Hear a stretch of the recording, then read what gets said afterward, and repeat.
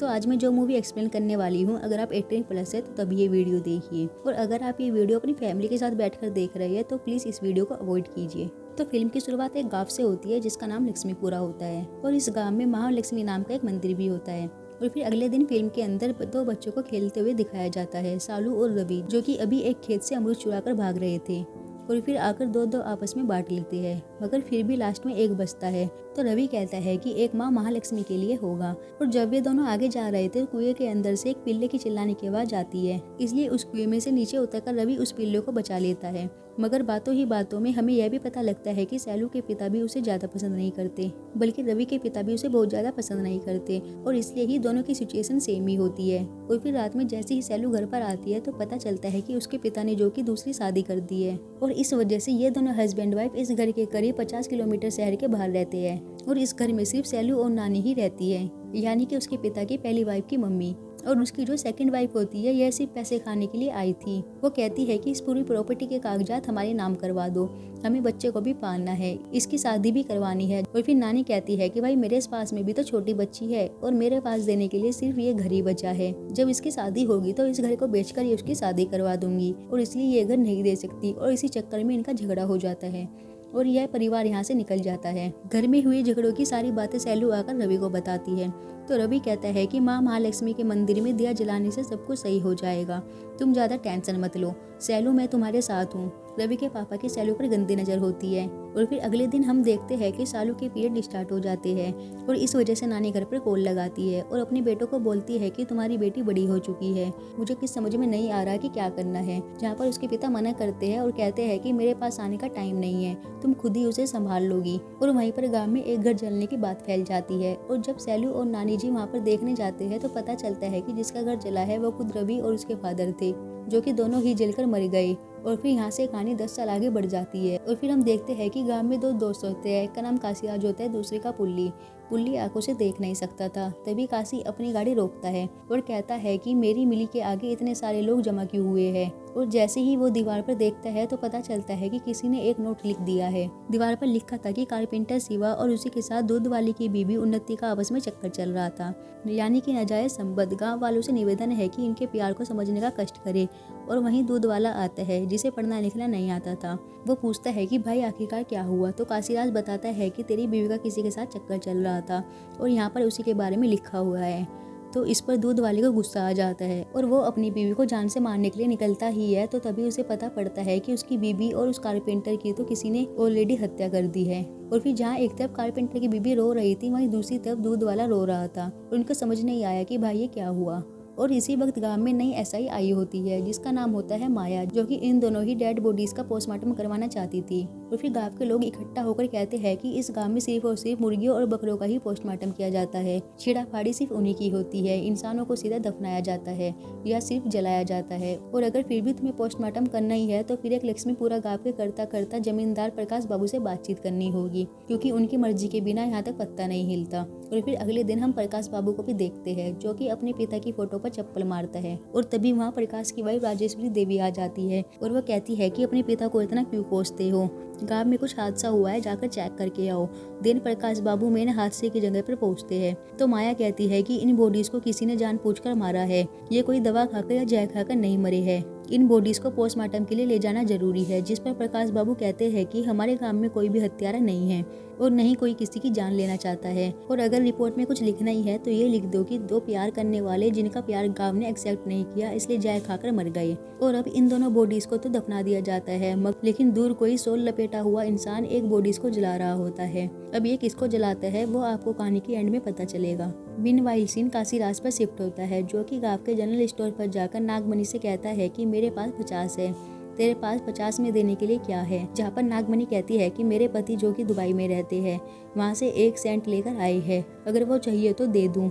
अब यहाँ पर काशीराज का एक फ्रेंड भी होता है पुल्ली, जो कि आंखों से देख नहीं सकता था। तो यहाँ पर इनकी अलग ही कॉमेडी चल रही थी। और फिर हम इस मूवी में इस गाँव के डॉक्टर को भी देख पाते हैं, जो कि कुछ दिनों पहले शहर गए थे और अब वापस लौटे हैं, और वो काफी ज्यादा दयालु होते हैं। और जैसे कि गाँव में 2 डेथ हो चुकी थी, इसलिए गाँव में सूरा के लिए खाना खाने के लिए लोगों को इन्वाइट किया जाना था। तो एक लड़का अपनी गर्लफ्रेंड के घर पहुंच जाता है, लेकिन तब उस लड़की के घर उसके माता पिता नहीं होते, तो इनकी अलग ही किसिंग विसिंग होती है। इतने में ही उस लड़की का भाई पहुंच जाता है जिसका नाम होता है गुर्जा, और वो कहता है कि मेरी बहन से दूर रहना। और फिर गांव के मंदिर यानी कि माँ लक्ष्मी के मंदिर में जो पुजारी और उसकी वाइफ थी, ये लोग सोचते हैं कि अब पूजा का दिन आने वाला है, तो यहाँ पर मेला भी भरेगा, मगर हमारे पास पैसे नहीं हैं, तो आखिरकार ये पूजा संपन्न कैसे होगी। तो पुजारी साहब जमींदारी के पास पैसे मांगने के लिए पहुंचते हैं, जिस पर प्रकाश बाबू कहते हैं कि मेरी गन में 2 गोलियां है, एक निशाना तो अभी छूट गया है, अगर तू यहाँ से भागा नहीं तो दूसरी गोली का निशाना तेरे अंदर ठोक दूंगा। तो बेचारा पुजारी बिना पैसे लिए वहाँ से जाने लगता है।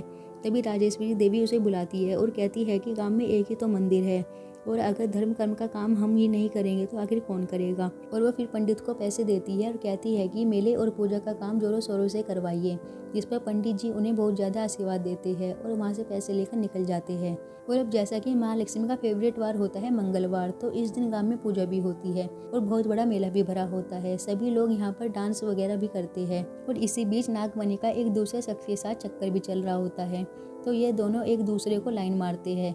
और तभी सीन शिफ्ट होता है रात में, जहाँ पर एक काला कुत्ता उस गांव की गलियों में दौड़ रहा होता है, और एक औरत जिसने की घुंघरू पहने हुए थे, वह हाथ में आग लिए एक जगह पे दूसरी जगह जा रही होती है। और फिर अगले दिन जहाँ पर दूध वाला दूध देने के लिए गांव में जा ही रहा होता है, और फिर गांव की दीवार पर फिर से कुछ और लिखा होता है।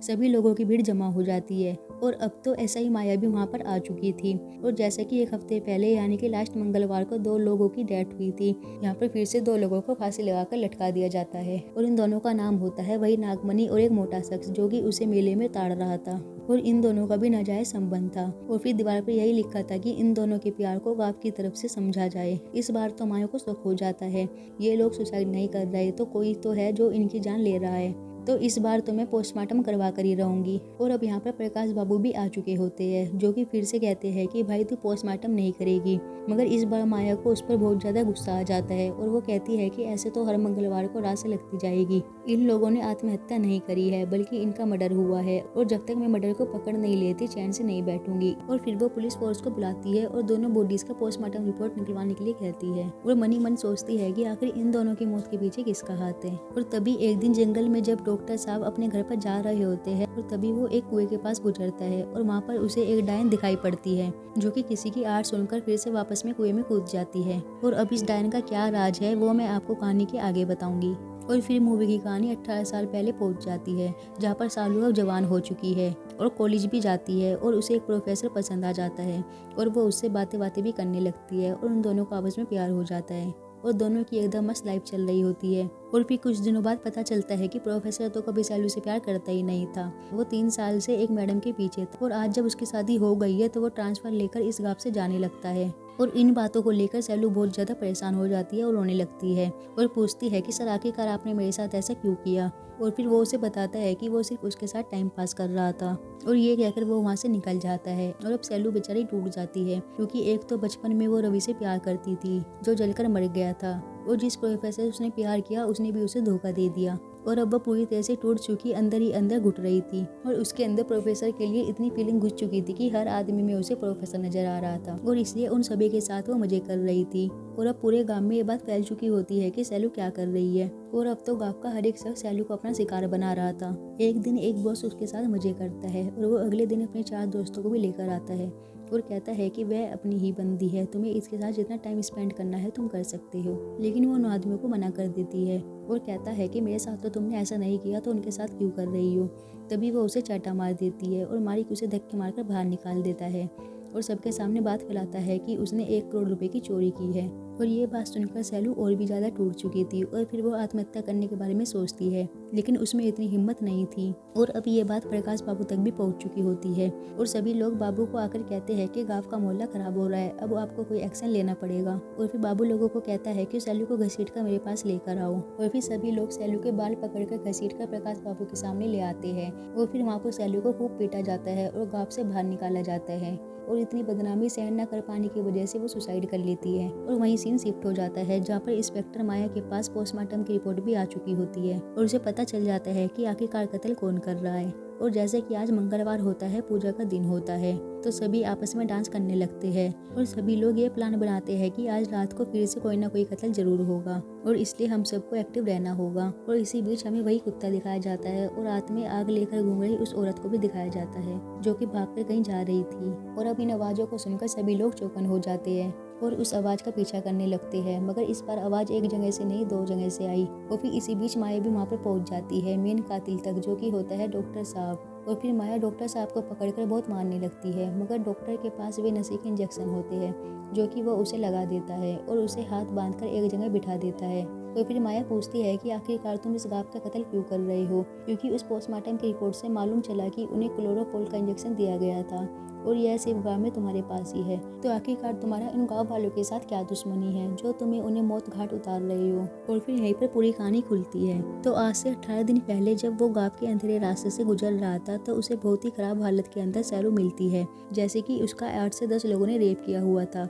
बहुत सारी जगह बॉडी पर स्क्रैच थे, लेकिन सैलू मर जाना चाहती थी। जहाँ पर डॉक्टर साहब उससे पूछते हैं कि मुझे बताओ कि तुम्हें तकलीफ क्या है, लेकिन उसे पता नहीं था कि उसे प्रॉब्लम क्या है। जहाँ पर डॉक्टर साहब उसका एक ब्लड सैंपल लेते हैं और एक गायनेकोलॉजिस्ट के पास भिजवाते हैं। और फिर एक रिसर्च के बाद उसे पता चलता है कि जो फीमेल बॉडी ऑर्गन्स होते हैं उसमें हार्मोन चेंजेस जब आते हैं और वो हार्मोन्स उसके अंदर 10 गुना ज़्यादा एक्टिव हो चुके हैं और इसलिए उसे अपनी तलब मिटाने के लिए जो भी मिल जाता है उसके साथ वो इंटीमेट होना पड़ता है। हालांकि मैं कुछ दवाइयाँ दे देता हूँ ताकि हार्मोन्स कनेक्शन अपने लेवल में आ जाए। और फिर यहाँ पर डॉक्टर साहब सैलू को अपनी बेटी बना लेते हैं और उसका पूरी तरीके से ध्यान रखने लगते हैं। और वहीं गांव में जो दूसरी चिल्लाने की आवाज़ थी तो यहाँ पर फोटोग्राफर पहुंचा होता है देखने के लिए कि तभी उसके ऊपर महालक्ष्मी का मास्क पहना शख्स हमला कर देता है। इन दोनों के बीच में जबरदस्त झगड़ा होता है। तो ये फोटोग्राफर कहता है कि भाई आखिर तू है कौन और लोगों को मार क्यों रहा है। और फिर वहाँ पर वो अपना मास्क हटाकर बताता है कि मैं रवि हूँ और रवि वहीं पर उस फोटोग्राफर को त्रिशूल से मार डालता है। अब यहाँ से कहानी अगले फ्लैशबैक में जाती है। 18 दिन पहले तो हुआ ये था कि डॉक्टर साहब को रवि मिल चुका होता है जो कि अब सैलू के साथ शादी करना चाहता था और इसलिए अब यहाँ पर रवि भी अपनी बैक स्टोरी बताता है कि आज से 10 साल पहले जब सैलू मुझसे मिलने आई थी तो मेरे पिता ने उसके साथ गलत कांड करने के बारे में सोचा था और फिर मैं सैलू से नज़र नहीं मिला पा रहा था और इसलिए पहले तो मैंने अपने बाप को मारा और फिर घर जलाया। हालांकि जलाते वक्त मेरा गाल भी जल गया था और एक बुरी शक्ल लेकर मैं सैलू के सामने नहीं आना चाहता था। हालांकि उसके साथ मैं हर वक्त रहता था, जब वो स्कूल जाती थी, कॉलेज में जाती थी या प्रोफेसर के साथ घूमती थी। इनफैक्ट पूरे काम में जब उसकी बदनामी हो रही थी तो मैं दूर खड़ा उसे देख रहा था, मगर मेरे पास उसके सामने आने की हिम्मत नहीं थी। लेकिन डॉक्टर साहब ने जब उसे बताया कि सैलू की हालत इतनी खराब है तो वो उससे शादी करना चाहता है और फिर सैलू तैयार होकर के शादी करने के लिए निकल रही थी, मगर इसी दिन प्रकाश बाबू ने उसे बुला लिया और उसके बाद की स्टोरी तो आपको मालूम ही है। तभी लोगों ने उसे बुरी तरह से मारकर गांव से बाहर निकाल दिया। लेकिन उस दिन उसे सिर्फ गांव से नहीं निकाला गया, उस रात उसका कत्ल भी हुआ था जिसके अंदर टोटल 6 लोग थे और ये 6 लोग वो थे जिनकी स्टार्टिंग में 2 लोगों का तो कुएं के पास डेड बॉडी मिली थी, फिर 2 लोगों को पेड़ पर लटकाया गया और एक शख्स को अभी अभी रवि ने मार दिया है। तो माया पूछती है डॉक्टर साहब से कि आखिर वह आखिरी शख्स कौन है और फिर यहीं पर एक राज रिवील होता है। वो आखिरी शख्स कोई और आदमी नहीं बल्कि एक औरत होती है और वो औरत होती है राजेश्वरी देवी, जिसका उस फोटोग्राफर के साथ में अवैध संबंध था। ये लोग रोज रात को आपस में इंटीमेट हुआ करते थे और जिस रात सैलू उन 7-8 लोगों से बचकर भाग रही थी, सर छिपाने की जगह ढूंढ रही थी, तो उसने उन दोनों को इंटीमेट होते हुए देख लिया था। तो राजेश्वरी देवी ने ये प्लान बनाया कि अगर ये हमारे बारे में प्रकाश बाबू या गांव में यह बात फैला देगी तो हमारी बहुत ज्यादा बदनामी होगी, तो इसलिए इसे रास्ते से हटाना पड़ेगा। और इसलिए इन 6 लोगों ने प्लानिंग बनाकर पहले तो उसे गाँव से बाहर निकलवाया और जब वो रात को इंतजार कर रही थी डॉक्टर बाबू का, इनफैक्ट रवि का, तो इन सभी लोगों ने उसे मार मार कर उसकी जान ले ली और फिर बॉडी को कुएं में फेंक दिया। खैर ये सारी बात बाहर बैठा प्रकाश बाबू सुन रहा था। वो घर जाकर उसे अपनी बीवी पर गुस्सा आया था, इसलिए उसे वो तेल लगाकर आग लगा देता है। यानी कि सैलू के टोटल जो 6 कातिल थे अब उन्हें मौत की सजा मिल चुकी थी, मगर इस हाथापाई में प्रकाश के पेट में जो चाकू घुसा देता है और इसलिए टांके लगाने के लिए अगले दिन डॉक्टर साहब आए थे। और फिर प्रकाश बाबू डॉक्टर साहब से पूछता है कि एक बात मुझे बताइए, शादी की शॉपिंग करने के लिए तो आप और रवि बाहर शहर गए हुए थे और फिर आपको किसी ने बताया कि उन 6 लोगों ने सैलू को मारकर कुएं में पटक दिया। तो यहाँ पर हमें पता चलता है कि जो पुल्ली था वो अंधा बनने का नाटक करता था। तो उस रात वो उस कुएं के पास ही मौजूद था और उसने अपनी आंखों से देखा कि कैसे इन 6 लोगों ने सैलू का रेप किया और उसे मार करके कुएं में पटक दिया। और फिर मूवी के एंड में वो फिर से अंधा बनने की एक्टिंग करता है और मूवी यहाँ पर खत्म हो जाती है। तो अगर आपको ये मूवी अच्छी लगी हो तो वीडियो को लाइक जरूर कीजिएगा और अगर अब तक आपने हमारे चैनल को सब्सक्राइब नहीं किया है तो चैनल को सब्सक्राइब जरूर कर दें।